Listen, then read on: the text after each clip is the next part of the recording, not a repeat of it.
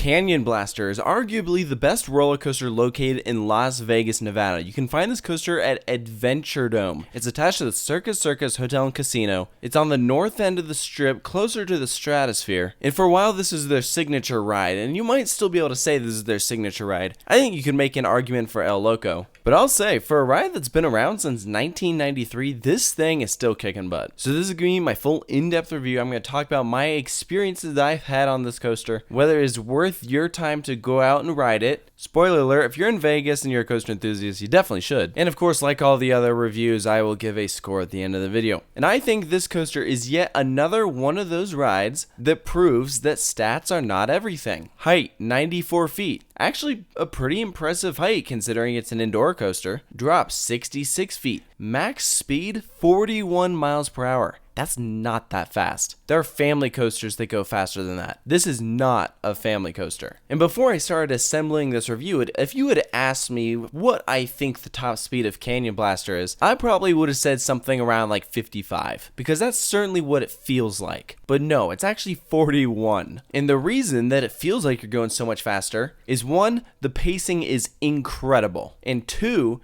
because it's indoors, everything is tighter, and this coaster is spread out throughout the entire park. And so you're whizzing by other structures within close proximity, other rides. You travel from one side of the dome to the other. And so because of your surroundings, it kind of deceives you in how fast you're actually going, which is a good thing. Something like El Loco, I wouldn't say really carries its speed. That ride has drastically different pacing. It takes some of those elements very slowly. This coaster, not so much. Every single element you fly through. And that's why every time I get off this coaster, I'm just amazed at how good this ride actually is. It is one of Aero's best coasters. I'd put it up there, probably just below Tennessee Tornado in terms of air loopers. Tennessee Tornado is my favorite Aero custom looper. I'd say this is probably number 2, which is just amazing because this coaster is not that big. There are plenty of other Aeros that are so much larger in size, but aren't as good as this thing is. And I mentioned it only has 4 inversions, 2 vertical loops, and 2 corkscrews. It's not like the layout is anything special. But compare this ride to something like Carolina Cyclone, it just isn't the same. Layouts may be similar, but for whatever reason, this coaster runs so much better. And I'd say it's still fairly smooth. Maybe there's 1 or 2 kind of jolts, but in terms of how the wheels hug the track and everything, it's very smooth. Especially if you keep your head forward, yeah, you'll be fine. Maybe just watch out for that transition after that second vertical loop. A little bit jostly there. But the other major aspect for why I think this coaster is so good is, man, this thing is intense. I gray out every single time I ride it. And it's in the same spot every time too. It's after that second loop. Your vision completely goes fuzzy from the moment you hit the top of that second loop until you're halfway through the turn heading into the first corkscrew. You can't see a thing. So I think that's a good indicator of just how many G's this coaster pulls. It's very impressive. Oh, and did I mention this coaster has rock work? It's called Canyon Blaster, so it's flying in and out of a canyon. For an indoor park that is limited on space,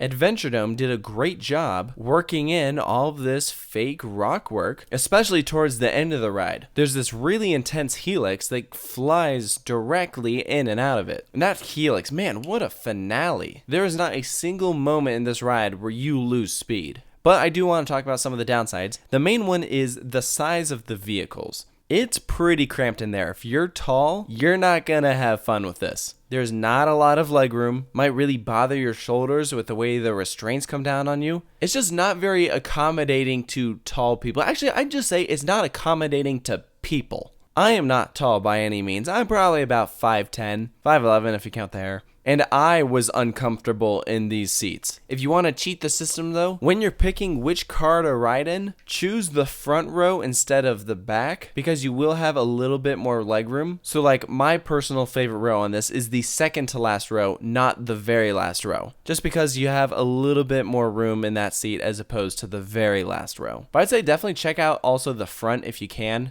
The main reason why I recommend the back is because of the drop. It's significantly better back there. In the front, you just don't really feel it. But if I recall, when I was sitting in the front, by the end of the ride, I was wiping tears from down my face because the ride physically made my eyes water. That's how fast it felt like we were flying. So yeah, I'd say very impressive roller coaster. There's so many crazy modern coasters being built these days, but this ride proves that some of those older models, man, they just don't build rides like they used to. This thing's awesome. So for a final score, I'm going to give it a 9 out of 10. Only reason why I didn't give it a perfect score, mainly the amount of space you get in the vehicles. And then also I'd say that one transition after that first vertical loop, a little bit jolty, but other than that, I think it's great. But I want to hear from you guys what you think of Canyon Blaster at the Adventuredome at Circus Las Vegas. Post all of those comments down below and stay tuned for more coaster reviews here at Coaster Studios. I still have a lot more coming. I'll see you next time.